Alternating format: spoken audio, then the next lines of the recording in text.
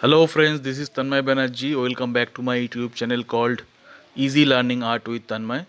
So friends, if you are visiting my channel for the first time, then kindly subscribe to my channel and don't forget to hit the bell icon to keep yourself updated for the forthcoming videos. And if you like the video, then please don't forget to give me a like and also share the video with other people.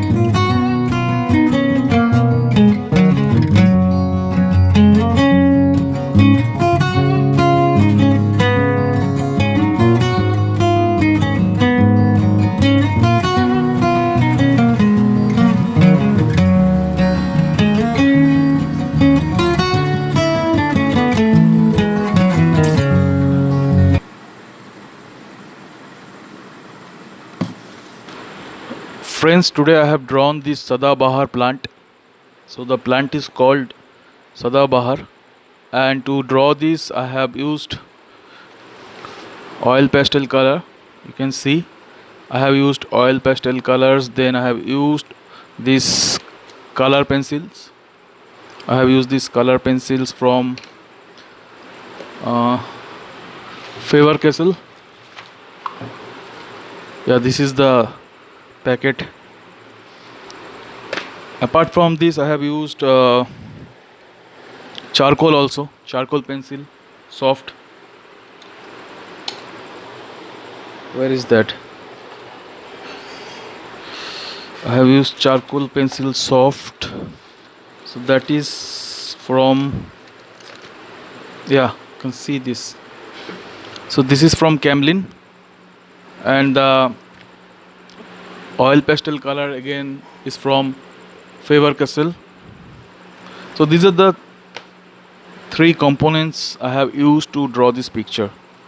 I wish you have enjoyed this video, and if you have enjoyed this video, then please do like, share, comment, and if you are visiting my channel for the first time, then please do subscribe to my channel, and please spread my videos. Thank you. Have a good day.